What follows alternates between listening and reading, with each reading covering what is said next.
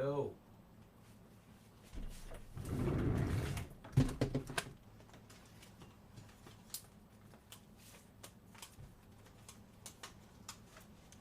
Yo.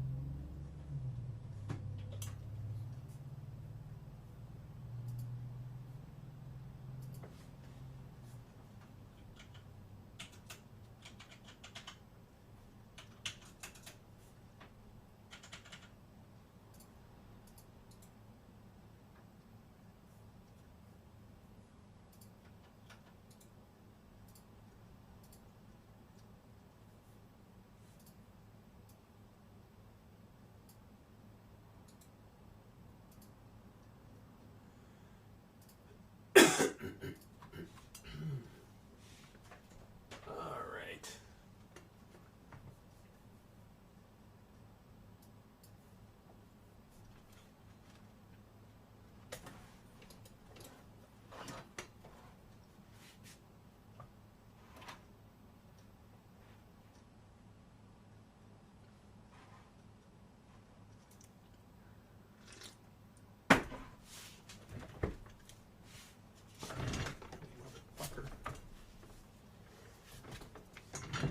Okay.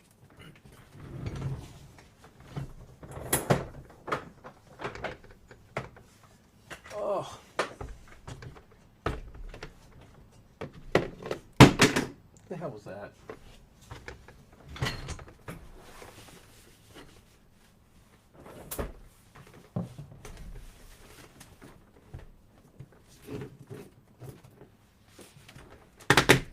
All right.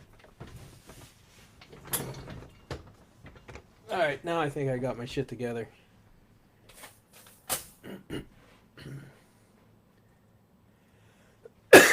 Sorry about that. That was taking me a while because I was having some technical difficulties there. I guess it'd help if I had my mic. Um, Hold on. I'm gonna take a fucking drink of this, then we'll get started. I wanted to go over some of the poll numbers that I saw because I took those polls the other day, and my camera is not. There we go. And I wasn't really surprised, to be honest. And what people were thinking. What? Hold on. Somebody sent me a video. Um, on prices and stuff, but I still thought it was pretty interesting just to kind of see where everybody else was gauging the market. So if anybody wants to chime in, because I don't want to go through and read all the comments, I just took screenshots of some of the polls I took and got the basic results of them, and wanted to kind of go over those. But yeah, for this is the first one I got pulled up was how much for a 50% Super Dwarf Tiger, and the options were 350 or less, 500, 750 or more, and 350 or less is the winner. And I think that's realistic, to be honest. Maybe a couple years ago it wouldn't be. One thing I didn't ask was how much for, and I should have put this out there. I'd be curious to hear what people think. How much for a 50% Super Dwarf, just normal? Because I have a feeling that's going to be, if people are saying 350 or less on a Tiger and some of this other shit, I have a feeling that they're going to say, I don't know, $200, $150. And if that's the case, what's that put a mainland normal at? That puts it, 100% sub $100. Puts it probably $50, $40. So this is the only thing. The only thing I'll say about this poll of the majority saying 350 or less, and then 750 or more got no got no votes. But if it was a very unique looking tiger, had some decent thickness of black, classic pattern, I think $500 for something extra nice.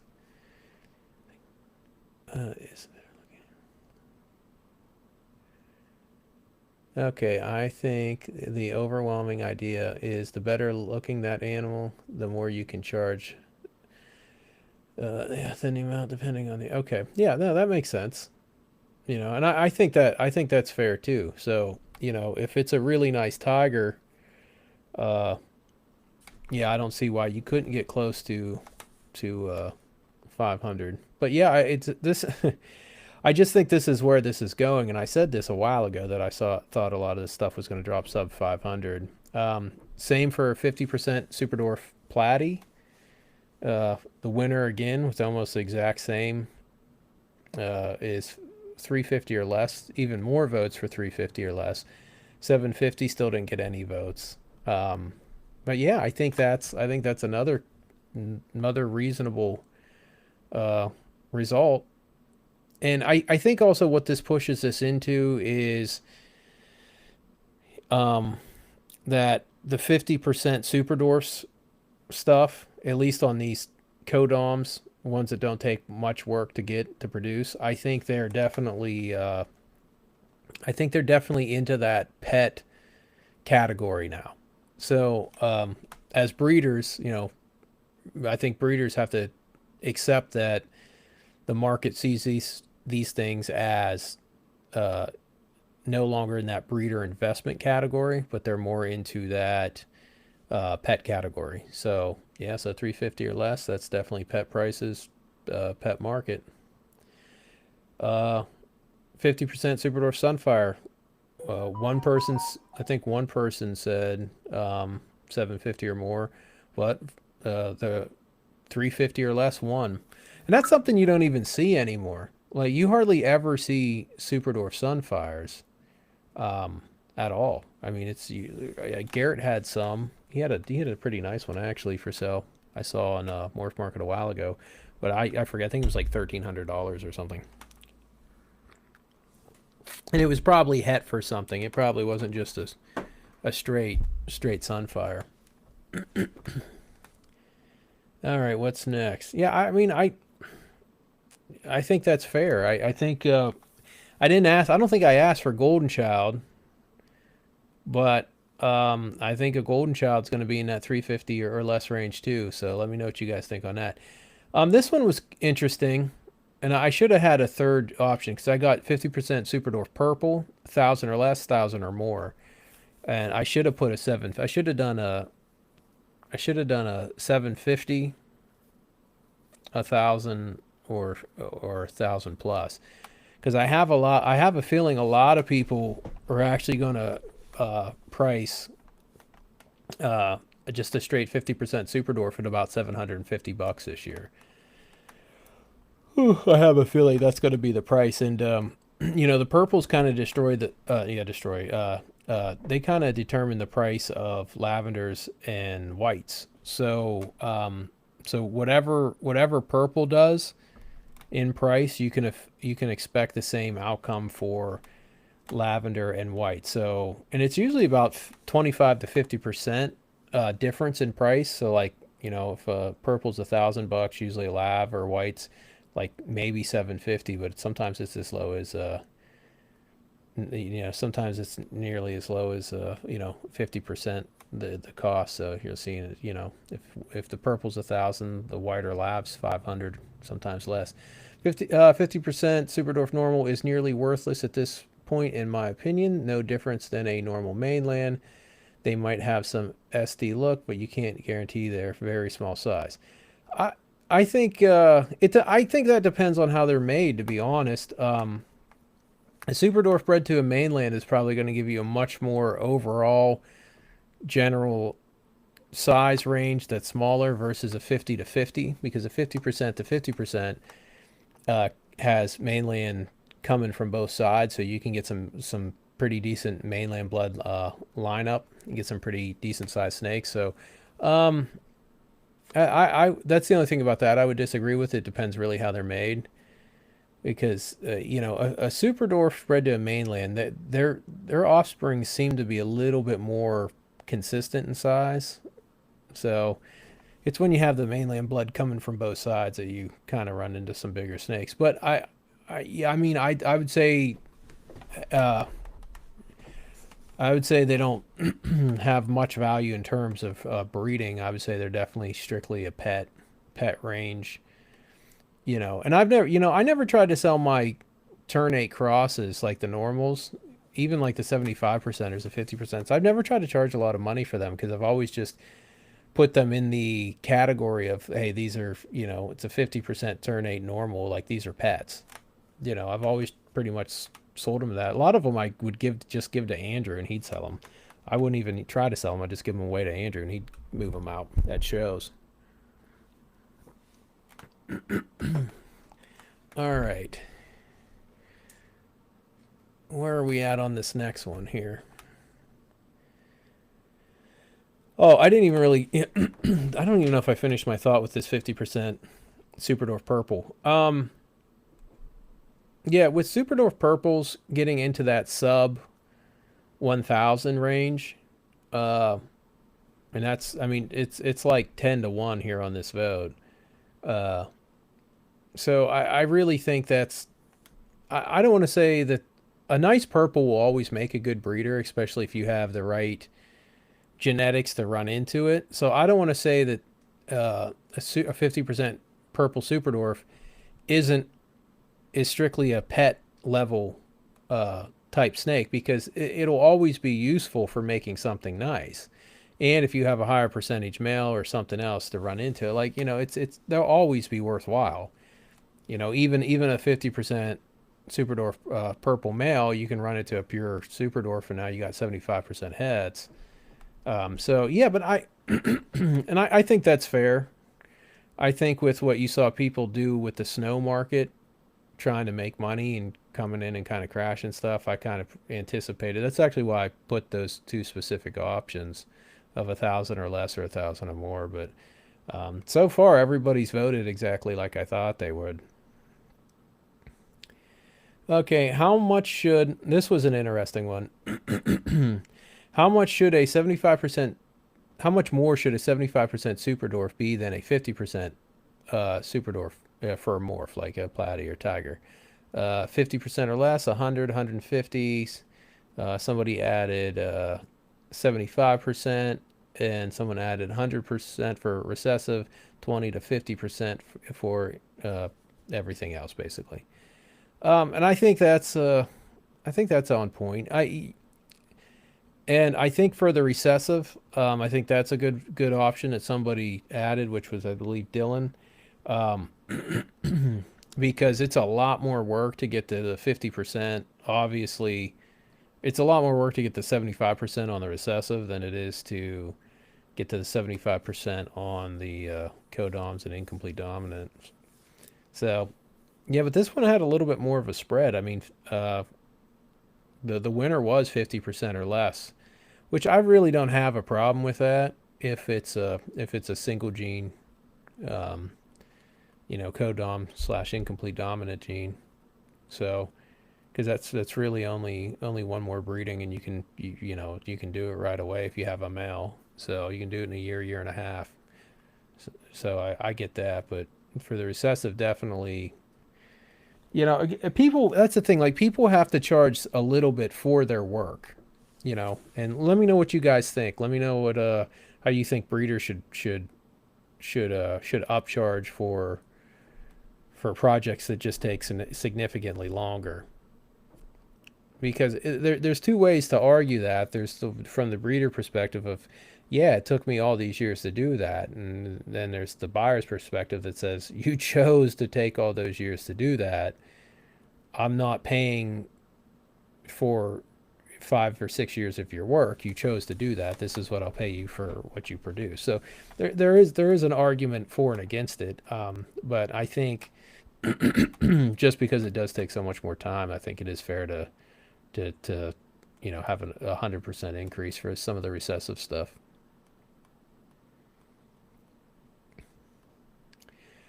How should breeders price their Superdorf locality morph crosses when they are selectively bred? The options were put whatever price they want on them, try to come up with a standard like 50% or more, go on individual basis of how each selectively bred snake looks, and somebody added, it was Nathan added, standard prices are useless since so many people make backdoor deals. Price it for what you think it's worth. If not, you will be undersold. But the winner of this was go on an individual basis of how each selectively bred snake looks. That's probably correct. I guess if there isn't anything super crazy in a clutch, but everything looks decent, you can kind of go with a standard kind of like, hey, these are selectively bred, they're definitely above average, blah blah blah, so they're 50% more. But whenever you get into something like marbles, that's where you have to really go off a individual basis of how they look. So yeah, and the range on that's also really crazy. Like some marbles can go for you know $500 and some can go for 2,000, 2,500. Yeah, I think the main point, I think the main points, unless you're a breeder, is look at size. Yeah. Okay. What the hell's the next one? Rarity comes into play. People will pay a lot more for a ternate blue hypho or a Halma ocelot, more so than a less rare breeding. Yeah, I think they will. I also think like proof of concept in some of these cases is also required. Like I can tell you that a Halma ocelot's probably going to look pretty neat. It's going to be pretty dark. It's going to probably have some gunmetal blue with some extra black. But until one gets made, I think a Halma het ocelot would be a hard sell, but a Halma ocelot will be an easy sell that sells for significantly more than a regular ocelot. And that's what's so hard about some of this, and still until like the proof of concept is right there for everyone to see. A lot of people don't want to take chances on it, and which is unfortunate because that also puts people back 3.5 years instead of just getting the snakes and doing it, or getting the snakes and making it themselves, or buying the hets when they have the opportunity. And that's actually the real reason I really don't do any Halma locale or Halma morph stuff, because Halma's everybody likes how the Halma looks by itself, so I don't really need to try to do anything to it, to be honest. I mean, they look great by themselves, so why would I mess with it? But there's a ton of projects I would love to do, and one, I don't have the room for them all, and I'd really like to see other people doing them. So, but yeah, like I'd be curious to see a Halma purple. Yeah, like that'd be awesome. Be off the charts nice. So hopefully somebody does it soon. Where the hell was I at? Okay. And this was interesting. I was real curious to see what people said on this. What do you think a pair of pure Calatoas are worth? Which I didn't write pure, but yeah, I meant to put that. What do you think a pair of Calatoas are worth? 1,500 or less, 2,000, 3,000 or more, depends on how they look. What the fuck else is 3K or more if the lineage can be proved from a reliable source. And the winner for that was depends on how they look. Which I voted for that one too, so I I probably shouldn't have voted in these. But anyways, that was the winner. And I honestly think that that's what you're going to see in Calatoa production. I think you're going to see more people leaning in towards selective breeding Calatoas. And I think you're going to start seeing a lot more variety in Calatoas very soon. Because as of up until now, there's been no real selective breeding for colors and patterns in Superdwarfs. And I think this is going to be the year that you start seeing people really trying to line stuff up for jagged back pattern, for aberrant patterns, for high silver, for more of the green, for some sod banding, some heavy pattern outlining. I think we're going to start seeing Calatoas really starting to be selectively bred for the first time. Okay, retics that are deep orange end up yellowing out. You think Halma would retain the orange into a...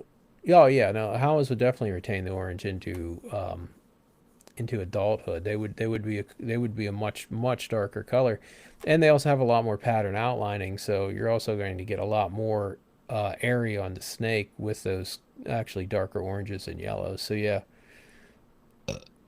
Yeah. All right, where the fuck are we at? But yeah, I think only one person voted 1,500 or less on the Calatoas. Nobody went for 2,000, which that's the one thing that surprised me on this. I thought everybody, well, not everybody, I thought a lot of people would price pairs of Calatoas right around 2,000. But yeah, the 3,000 or more was the runner-up to depends on how they look. So this is the one that actually surprised me the most. I thought people would just be like $2,000. The reason I thought that is because all my localities usually sell for right around 2,500. So if, I was thinking, all right, well, Calatoa is probably going to be right around that F1 Ternate, F1 Mindanao, F1 Halma price. And I think they are for the most part, but I think that's what a lot of stuff's getting sold for, behind the scenes. So, but yeah, 3K or more. What's this other one? Come on, fucking phone. 3K or more if lineage can be proven to a reliable source. Yeah, maybe. Maybe. The only problem with that is if lineage comes into play, then people are going to be more inclined to lie about lineage, which we saw that firsthand with the TK shit. Okay, I got a couple more here. Here in the UK on Morph Market 1.1 proven Calatoas up for 600. Wow. That's crazy. Yeah, why do you think that is? Why do you think there's... Well, I mean, I know why there's such a price discrepancy, but people like retics, and most people don't have retics because of how big they get. With the UK now offering a lot more smaller retics, you think there'd be more buyers. You think there'd be more people interested in starting to work with them. How ridiculous is the ball python market in the UK? Is it stupid like it is here? Yeah, that is a problem. What do you consider a reliable source? The importer, breeder, or the exporter?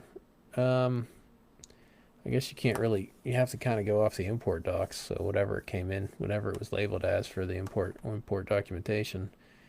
And as long as, and if it looks like what it says it is, that always helps. No. All right, what's this next one here? How much more should a visual double recessive 87.5% super dwarf cost than a 50% SD visual double recessive. 100%, 200%, 300%. 300% won very easily on this. And it should have, because I think Brian or somebody posted in one of these about they just did a breakdown about how many years. Yeah, I'll get back to this in a second. Um, yeah, pretty much no lines have import documentation. Morphs are in demand. Really? Morphs are more in demand than localities here. Well, I think they're probably just more in demand because legally you can get whatever you guys want, which is crazy. Like, if I could still get stuff out of Indo, I would not give a shit about the market price at all. I'd be totally happy getting less than 1,000 a pair on everything if I had access to stuff. Because if I had access to stuff, we could just be doing so much cool shit. So much cool shit. We'd be learning so much about different types of retics. We could still, you know, still get them in. Can't sell ball pythons. It's dead here right now. How about like, because I know like people like Canova and shit. I know they send a lot of stuff overseas, but I don't know if it's much of that shit's actually gone to UK. I think maybe a lot of it's gone to Japan. Other, it's a couple places in Europe, but um, yeah, yeah, ball pythons. I don't know what the deal is here with the ball pythons. Everyone thinks that everyone's like, oh, the economy's this, the economy. Well, yeah, I mean, the economy sucks, but also, I mean, here's the thing about the ball python market. The ball python market, to be self-sustaining, it requires a bunch of new people pretty much every season coming in willing to spend a ton of money to uh, get a bunch of breeder projects because they think they're going to make a ton of money. Like, that's what's so weird about the ball python industry. A lot of them sell for pets and whatever, that's whatever. But as a whole, like the high money, the higher ticket items in ball python, it's all predicated on every year a new group of people coming in willing to spend big money to start these ball python breeding you know businesses. Dude, it's honestly crazy. It's, just like being on the outside looking in, when it comes to the ball python industry, it's so interesting to watch because there's a handful of people at the top making money, and then there's a handful of people coming in to spend big money, and then there's everybody in between. And Morph Market, hold on, I'm gonna look up how many. I'll get back to this question. I'll look up right now, see how many fucking ball pythons are for sale on Morph Market. The fuck, where's my shit at? There we go. Let's see. Where are stupid ball pythons? 34,524. That's not good. That's a lot of snakes. 34,000.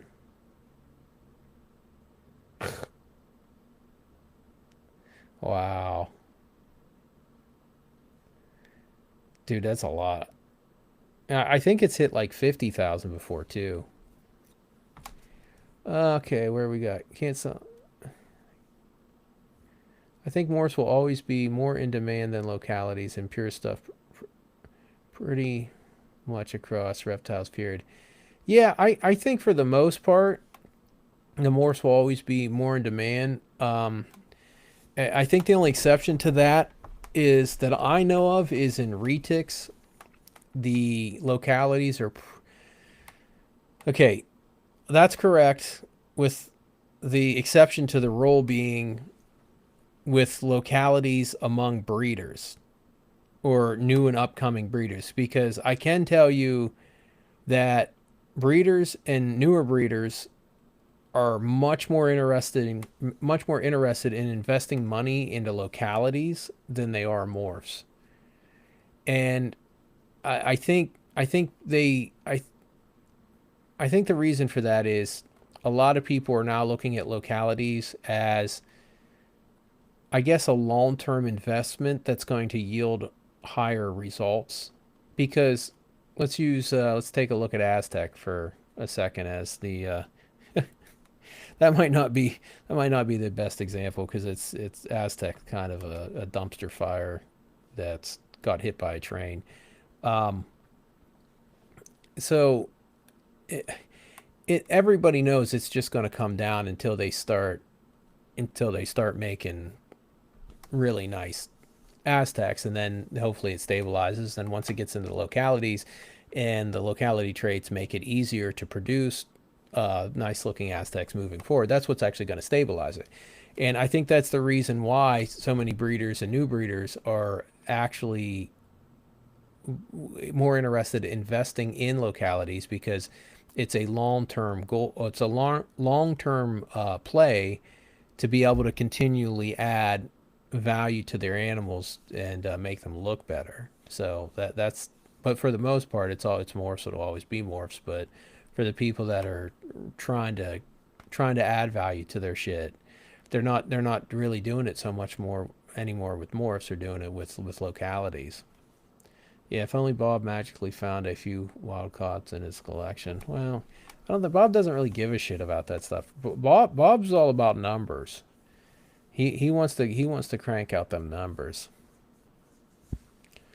Yeah, retics and bow localities do hold their value well. I've always been kind of jealous of how the locality boa people, how much more they've had their shit together than retic people, because locality boas have always been a thing, and they've always kept track of lineage. And the retic people, like, we're fucking, we're pretty late to the game on getting our shit together to kind of like keep track of stuff. Yeah. Also, reticulated pythons have the best locality patterns and look. Yeah, they definitely do. I agree with the locality statement. I'm a never breeder. Is that a never, or do you meant to say newer or never? Whatever.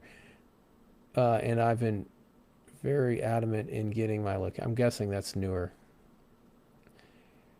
I agree with yeah. Yeah, and why are you? Yeah, if you don't mind, go into that.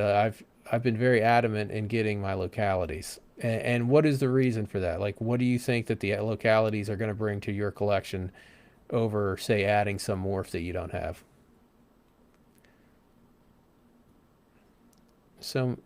There are so many cool boa localities to work with. Insane variety. Yeah, there are a lot of cool shit. My Iquitos Peruvian red tails were breeding night before last, which they bred the last couple seasons. I didn't get shit from them, but I'm hoping to get a clutch. And last year, right around this time or beginning of January, the Timor started breeding. I'm hoping. I want to make Timor python so bad. They're like in my top like 5 or 3 favorite snakes. So I'm really hoping that they start breeding soon and give me a good clutch because so far they've just bred and acted like I was going to get a clutch and then nothing happened, which sucks cock pretty hard. But yeah, back to this question: the 87.5% Superdorf double recessive versus the 50% version, 100%, 200%, 300%, and yeah, 301. Um, but yeah, I think that's fair, and I also think that that kind of information of like, hey, this 87.5% snow is 300% more expensive than uh, the 50% version. Some people that are new into this or like looking for a pet, they're not going to really understand why um, one snake costs 1,000 and another snake costs 3,000 plus. So I think the breeders are going to have to start really reiterating, why that is and why it's important to understand that, hey, this is a 300% markup because this took, an extra easy 6 years to do. So you called it long term and so many in it for the fast money and not willing to put in all the time. Yeah. So, all right, what's the next one here? The next poll is 50% Super Dwarf Phantom. And 50% or less was the winner. Not surprised by that at all. Yeah. Yeah, I can't even as being a cow maker in Super Phantom, you know, it's not, yeah, it's single gene, easy to make. I think that's fair. 500 or less. Jesus Christ, how many of these did I post? Because I took screenshots of them. Okay, this was the one that I thought was I didn't think I people went a different way on this one than I thought. What do you think a 50% Superdorf het Indo is worth? 1,000 or less, 1,500, 2,000 or more. 2,000 or more got zero votes. A handful of people said 1,500, and most people said 1,000 or less. Now, I think a 50% Superdorf het Indo is right around a $1,500 snake, in my opinion. Simply because that now you have a snake you can breed to anything and turn any albino project into an orange glow project. So for $1,500, and don't jump up there, buddy. You know, like a het, 50% Superdorf het Clark strain male. I'm going to say that's essentially worth nothing. I mean, that's going to be not really worth anything. But 50% Superdorf het Indo male, you literally just turned every single one of your projects into an orange glow project. So the potential increase in value, I'd put just a normal at 1,500 easy, especially on a male. So, all right, a bunch of people said stuff. Let me catch up. Personally, think localities for me is preservation because we cannot get fresh batches. If we lose a locality, it's gone. Also, a good looking locality is hard to beat with simple morph stacking. Yep, definitely.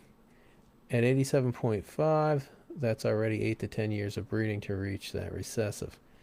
Okay, and Evo Exotics. It was supposed to be newer. Okay, yeah.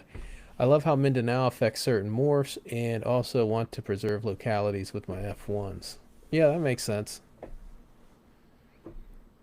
Yeah, that's why I think breeders and new breeders are definitely, and this is new. This is for the first time ever in retics have we seen localities and polygenic traits taking front stage for breeders over morphs. Never. That has never happened before in retics. At least in the fucking 20, how many years I've been keeping them? At least 20, over 20 years. You know, that I've been in them. Have never has even come close to polygenic traits and locality beating out morphs. So, but now that's where we're at. We're here.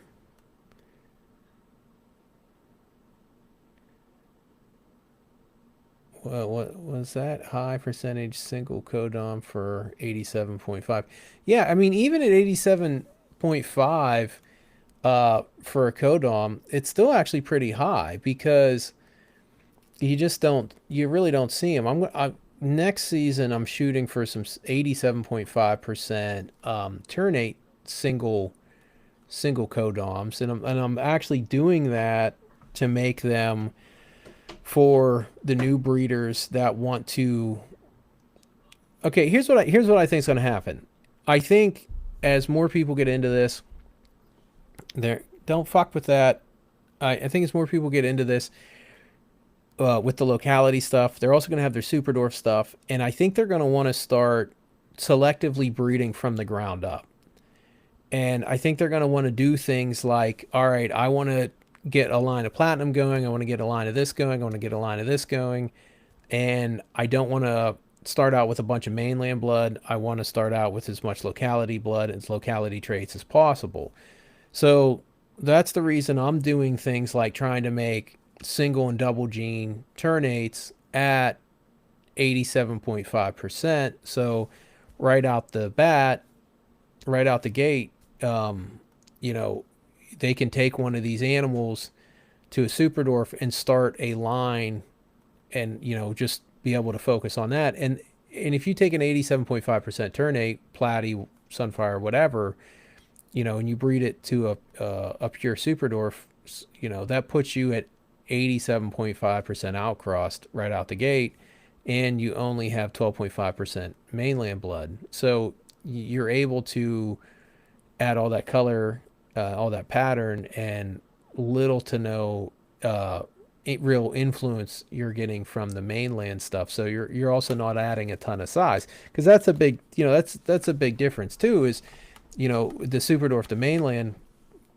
you are going to get some of that bigger size. Where if you're going Superdorf to medium range retic, you're definitely getting some smaller stuff. So, and that also helps too once you're running Superdorf morph crosses to each other with such a limited amount of mainland blood. So that's going to actually help keep them smaller long term, because there's less opportunity for mainland blood to really line up and create some bigger snakes, because there's so much less of it available. So having 50% mainland blood on one side and 50% mainland blood on another side, with your 50% Superdorfs versus a 50% Superdorf with 37.5% ternate and 12.5% mainland, and on the other side 50% Superdorf, 37.5% ternate and 12.5 mainland. There's just not nearly as much of an opportunity for some of those bigger genetics to line up. Okay, where are we at? But no, yeah, like back to that, yeah, just that 87.5. I mean, try to find a single Codom Superdorf that's 87.5% for sale. I honestly don't know of any right now. I mean, if they're out there, they might be, but I don't know of them. So my first target breeding will be 81.25 if my female is up to size next year. What is it? What's that breeding? That 80-year goal of 81.25. What is the breeding? And I will go back to this real quick. But yeah, back to the whole het indo situation, that I personally, this is one of the ones that I don't agree with. The winner of 1,000 or less on the 50% Superdorf het indo, I believe it's 1,500 easy, just because of the added value of being able to turn everything into an orange glow. If you have mocha, you can turn it into mochino. If you have Indo-Carmen, you can turn it into mocha mel. All worth significantly more than just an albino version.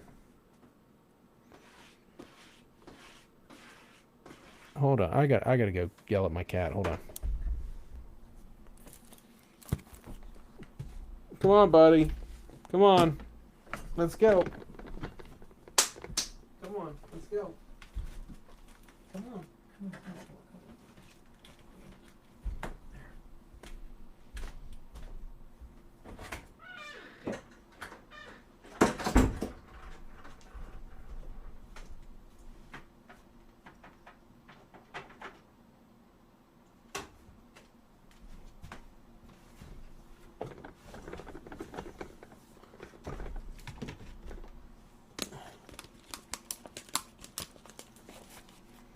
All right. My cat was fucking around. All right, what was the next one? I wasn't even paying attention. Okay. This was the next pool. How much more should an 87.5% Superdorf be than a 75%? And because, that percentage gets smaller for each breeding. 50% less, 100%, 200%. If it's recessive, at least 100. 50% or less, 1. If it's recessive, at least 100 came in second. I honestly don't know. I mean, honestly, I would put that at,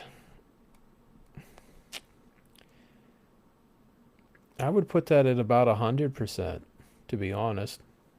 That's where I'd put that, But it also, because the last poll said, not the last one, the one a couple, yeah, that was on the double recessive. People said 300%. Yeah, I would say I mean, I would say a little bit more. I would say 50 to 100%. So I'm kind of in the middle. I'll say 100% or less, even though that wasn't an option, which I should have probably added that option since I made the poll, so that was stupid. So yeah.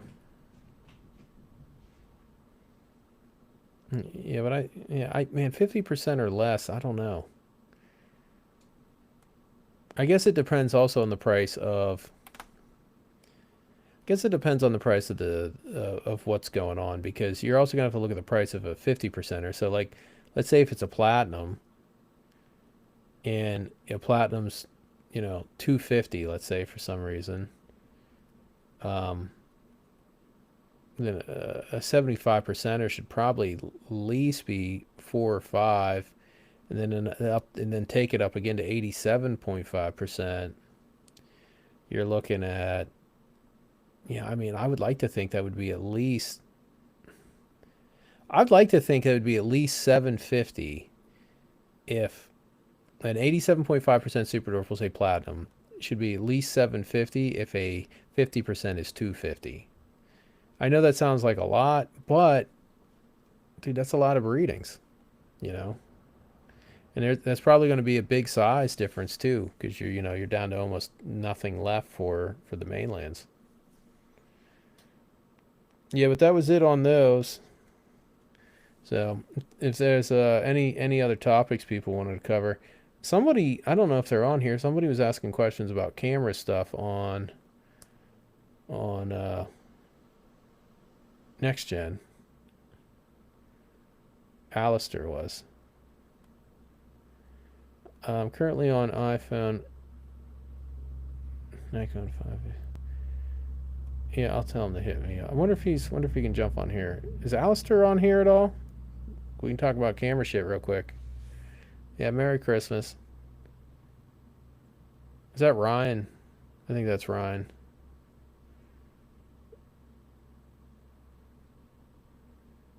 So, is anybody looking to get into more of the camera, video, photo space? I'm curious to see who's doing that. Like who's planning on doing a website, and who's planning on getting a camera? Is that, if anybody? I think Ryan was planning on getting a website sooner or later. Yeah, I thought it was you. Ryan, I think we're going to do a breeder spotlight this week, and if you're free, Spencer's going to have a couple free days, I think, this weekend. So let me know.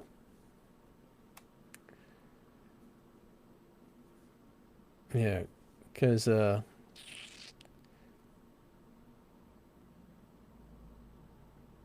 got a website up and running, but very limited. Do you like the the Sony I think it's A7 III. It's an older one that came out like 4 years ago.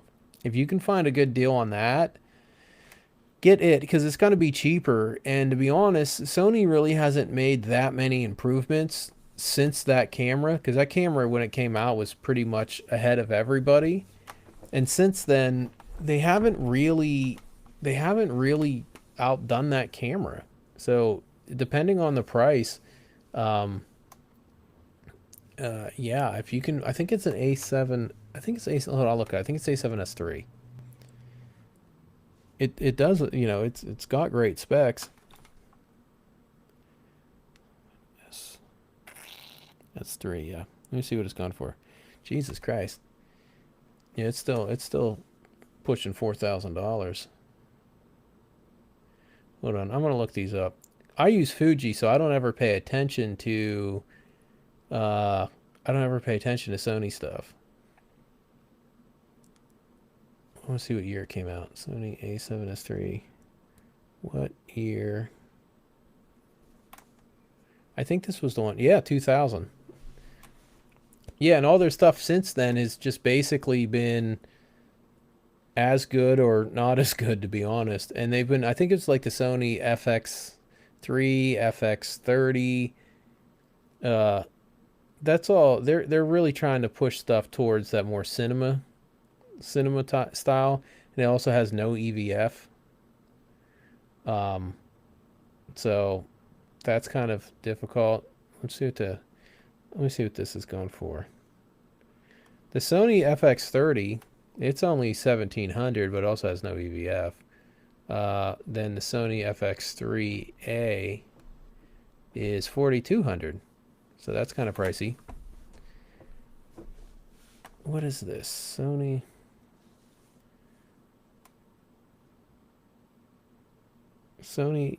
A7 S3. It's saying this can't be right. Somebody's got a A7S3 on eBay for $332.49. Not sure how they came up with that price. That can't be right. Or it's a scam. 7 S3. Let me see what it's gone for used. Maybe it is right. I doubt it. No. No, that's probably a scam. Everywhere else is like 2K. I'm off Tuesday and Wednesday. Why aren't you off this weekend? I would love to do a website, but no idea where to start. Websites are not that hard. I actually have a whatchamacallit, I have an affiliate link for Hostinger. It's drag and drop. So if you have an idea of what you want, you can, I can send you the link. If you like, go check out Dylan at Clarity Creation. I actually helped him. I gave him the affiliate link, and then I helped him build that website they have. So yeah, it's not that hard. If you want to pay me $20 an hour, I'll build it for you, which is dirt cheap. What's a good overall entry-level camera setup? Would you suggest something that can do pictures, videos? Yeah. They're all good. I guess that you got to decide how much money you want to spend. Dude, camera shit is like way more expensive than snake shit. Like, you think reptiles are expensive? Holy fuck, man. Get into camera stuff. I'm actually launching a video photo related YouTube channel very soon. It's a RNBR lens review, because I have tons of lenses. I got a bunch of like old M42 mounts. I have a lot of vintage lenses. There's like some Minoltas there. What's this? This is probably, this is a Fujica mount, old Fuji. And there's some Pentax. What is this? I don't even know what this might be. A Soligar. What is this? No, this is my Mia Secor. And yeah, I got tons of this shit. So I'm actually gonna put out a channel just on like lens reviews and stuff. Yeah, I'll let Spencer know. We can probably do that. Do that Saturday or Sunday. But yeah, if you want to get into camera stuff, like minimal, if you want to be able to get, because if you get a camera, you want to be able to do video, photo, also use it for like a whatchamacallit, a webcam, use it for all that shit. Because I got my Fuji X-H2S, and then I have a Fuji X-H2, which I'm actually thinking about selling that, because it's got a 40 megapixel sensor, and this X-H2S has a 26, but it's a stack sensor, so it's a lot faster. And I actually use the X-H2S for most stuff. So I'm thinking about selling that and replacing that and just getting another X-H2S, or I'll wait to see if they put out X-H3S, which they probably won't anytime soon. But yeah, for minimal for camera, man, you're looking at, I don't even want 2500 minimal. The problem is once you get a camera and one lens, um, you know, then you got to get some lighting. You got to get a couple flashes, and if you want to get, and I, and I wouldn't get, and I wouldn't go with just a kit lens either. Like Fuji has some decent kit lenses. I think it was their 18 to 55, like their old 18 to 55 was a really good kit lens, and it was actually good for video. But they do have a new, they got the Mark II, I think, of the 16 to 55 that does really well with video. But I think that lens is like $1,000. Hold on, I'll look it up. Yeah, I want to say that one's 1,000. But I was thinking about getting it, um, but I mean, I got the 16 mil on here, which is one of my favorite lenses. So, and I have enough other uh, manual focus lenses in that between 16 and 50 that it'd be kind of a, unless I have the money to waste, I don't need to waste it. Let me put it that way. PH, let me see.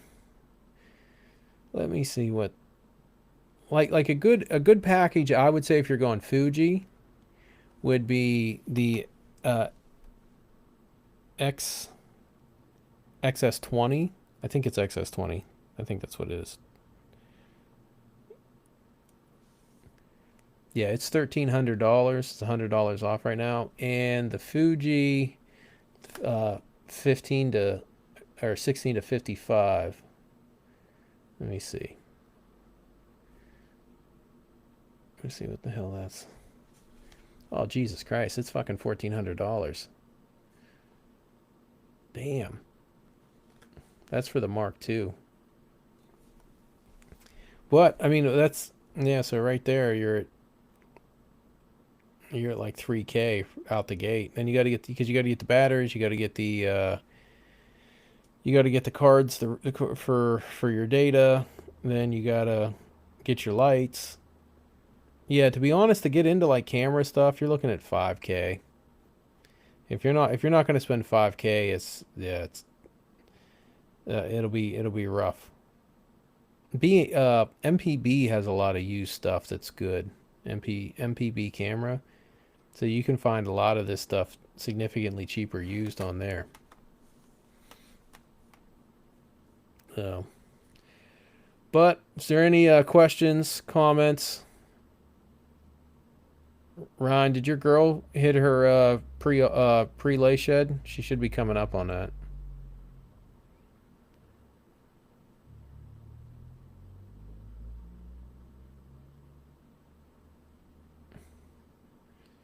Yeah, she should be coming up on that. I wonder if we should do a.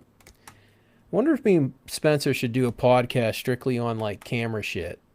Be like, hey, like, if you want, like, not just like on camera shit, but like, hey, if you want to do, like, if you're trying to get into, doing some photos, some videos, YouTube stuff, like, maybe we should do that, like, and go over some stuff. She's not even in shed yet. She should be in shed. Shouldn't I think. Or should be close to it. She's got to be going into shed soon.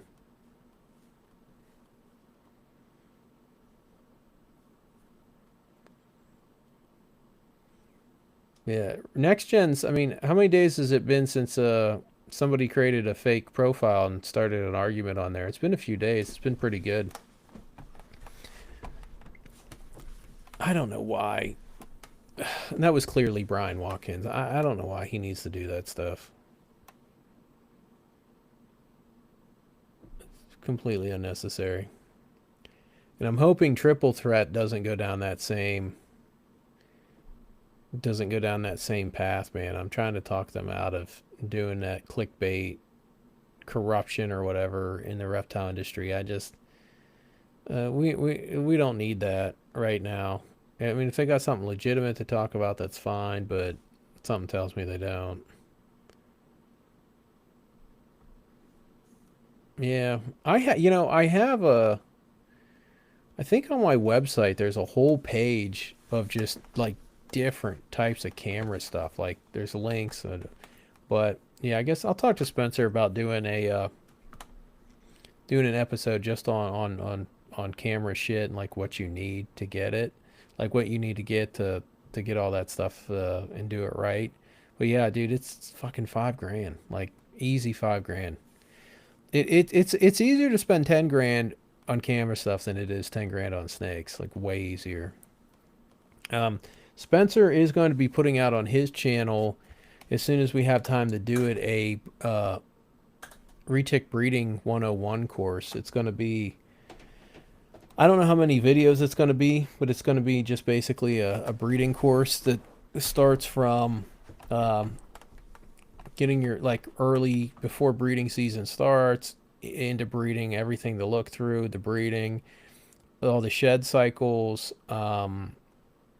laying, incubating, hatching, uh, getting stuff feeding, and marketing. We're going to try to. I don't even. I'm thinking we can do it in maybe 10 videos, and but we're gonna actually gonna do that and put it out on his YouTube because his YouTube he has ridiculous amount of people. He's got like 30,000 followers on his YouTube, so and we're gonna put that out there. But if anybody's got any more questions or anything, get them going. If not, I'm gonna jump off. I've been, dude, an hour goes quick on here. Yeah, I've been on here an hour. It actually goes pretty quick. Actually, I have a link. If anybody wants to come on and fucking talk shit or something, they can. I can post the link. You can come on and just start shit for Christmas.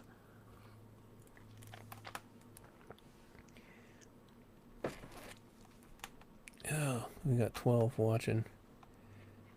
But yeah, if everyone's good. But yeah, Evil Exotics, if you're still on, if you want to hit me up on, uh, you can hit me up on any social media. And if you want to get a website going, we can do that. And I think me and Mason are supposed to work on a website for him pretty soon. He just hasn't. We were supposed to do it last week, and I'm not sure what happened. We didn't get to it, and I'm guessing not going to probably get to it this weekend, but maybe the weekend after that. I'll be helping Mason put together a website for his stuff, and I'm actually pretty excited to see Mason's production this year. I'm hoping he gets a handful of localities going. So, but all right, if everyone's done, no questions, no comments, I'm going to jump off here. And you guys have an amazing Christmas and holiday. And Ryan, I will hit you up I'll hit you up probably tomorrow. Yeah, and I think Spencer said Saturday is going to be his first free day, so we'll get you going, and then we're trying to get a couple podcasts banged out in the next few days because with all the holidays and stuff, we just haven't been able to do much. So, all right, man. Good talking to everybody. Later.